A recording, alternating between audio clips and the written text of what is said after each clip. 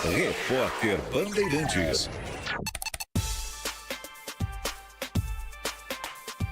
De volta com o trecho final do Bandeirantes Acontece.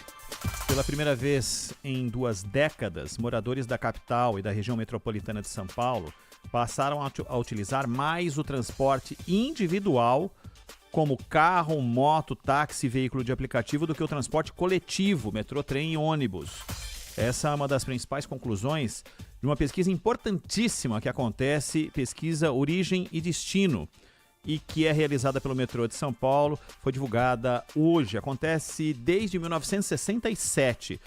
Deveria ser divulgada em 2027, mas foi antecipada em 2 anos por causa dos efeitos da pandemia, para tentar entender a pandemia da Covid-19. O levantamento incluiu 79 mil entrevistados, 39 municípios da Grande São Paulo.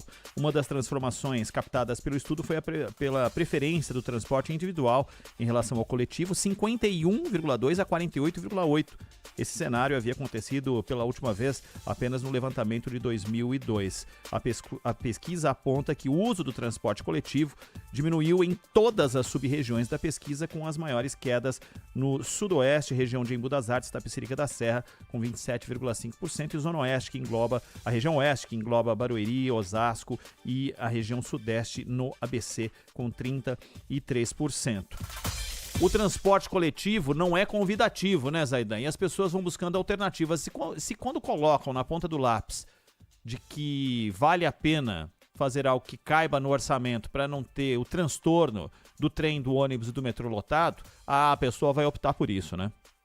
Claro, claro. E esses dados, esses números mostram que todo aquele discurso que atravessou as primeiras décadas aí deste século, aquele discurso de que não, o negócio é incrementar o transporte público, é torná-lo a grande opção, é só isso que pode diminuir o tráfego, tirar carros das ruas, transporte público bom, pontual, rápido, eficiente, limpo.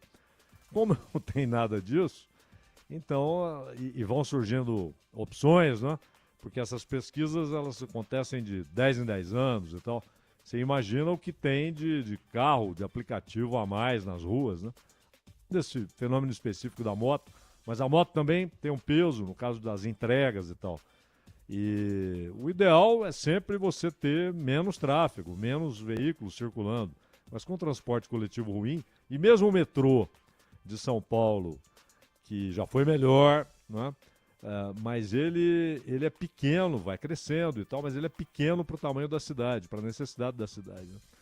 E mesmo o cruzamento de linhas é ineficiente, muitas vezes não é racional, mas de qualquer maneira eu espero que seja uma tendência reversível, né?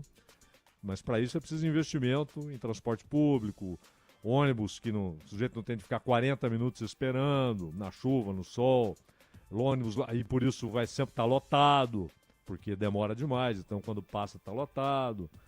E todos esses inconvenientes. O metrô na hora do pico, que é aquele negócio maluco, né?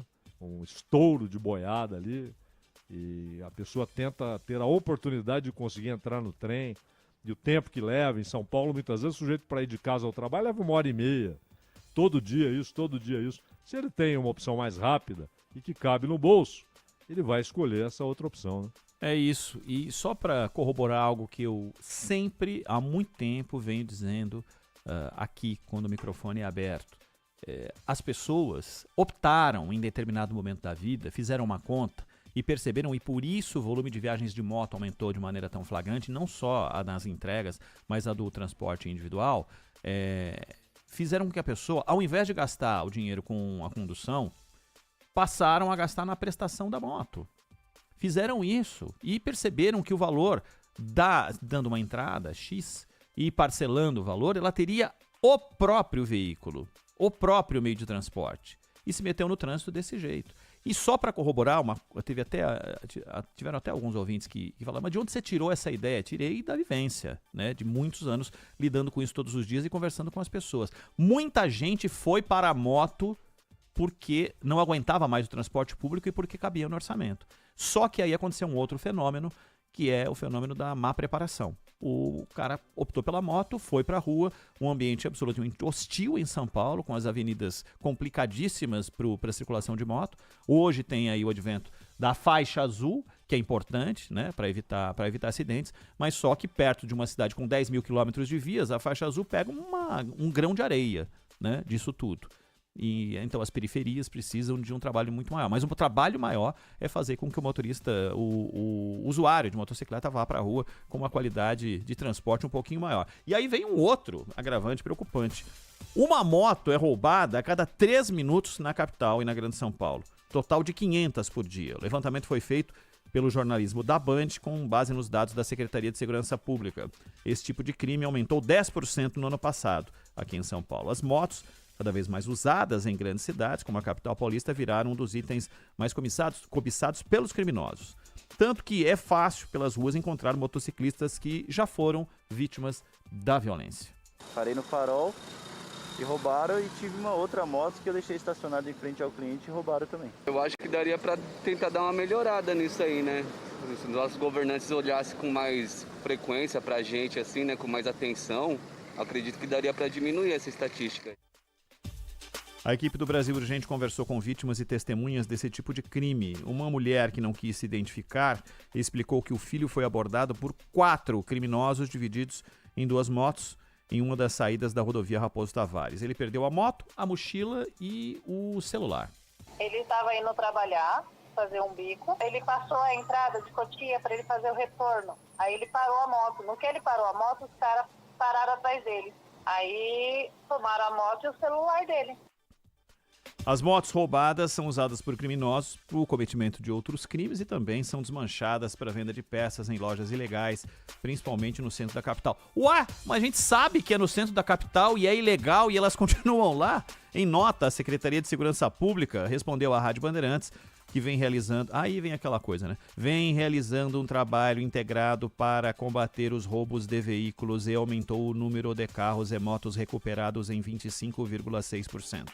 Além disso, que o policiamento ostensivo e preventivo foi reforçado pela Polícia Militar, assim como as ações investigativas da Polícia Civil nos locais de maior incidência criminal. As pessoas querem consumir moto, mas ficam com um volume maior de motos nas ruas, né? A criminalidade vai atrás. A questão é criar formas disso ser minimizado, porque sabe onde essas peças são vendidas, viu, Zaidan? Todo mundo sabe. Não vou dar aqui nem a rua, mas é ali no centro, pertinho da Rio Branco, todo mundo sabe. Pois é, Ronald, as respostas das prefeituras, dos governos estaduais, elas são sempre autoelogiosas, né? Estamos fazendo isso, fazemos aquilo, fizemos aquilo, conseguimos diminuir em tantos por cento, mas na verdade a realidade é implacável, né? E os números são absurdamente altos. E é bom lembrar o seguinte: no caso de celular, por exemplo, que ontem a Maju trouxe a história do celular, são números, na verdade, inferiores aos muito menores reais. da realidade, lógico. Claro, porque muita gente tem ali o celular que vai embora e não faz o boletim de ocorrência, não faz nada. Então os números são maiores. E aquela história, não é que grande parte das motos são roubadas, não é porque o sujeito rouba para sair andando de moto, ele rouba para vender. Ele já tem a encomenda, né? Às vezes até recebe uma merreca, mas ele vai entregar para quem paga para levar uma moto que vai ser desmontada, etc. E depois as partes são vendidas, né?